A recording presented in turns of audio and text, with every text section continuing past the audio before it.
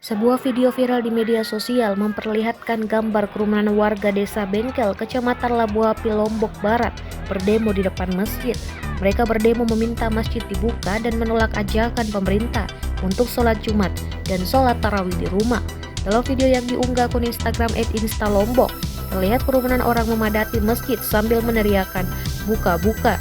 Video tersebut berdurasi 10 detik. Berikut keterangan dalam video tersebut. Di Instalombok, Min ini di Bengkel Labu Api, Lobar.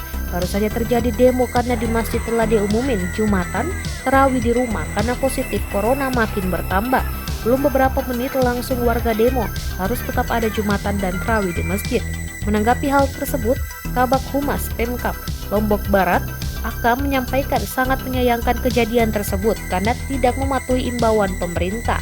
Kami sangat prihatin dan menyayangkan, kata Akam dikonfirmasi Jumat 1 April 2020. Akam mengatakan para warga berdalih atas dasar agama. Mereka menganggap pandemi COVID-19 ini tidak berbahaya.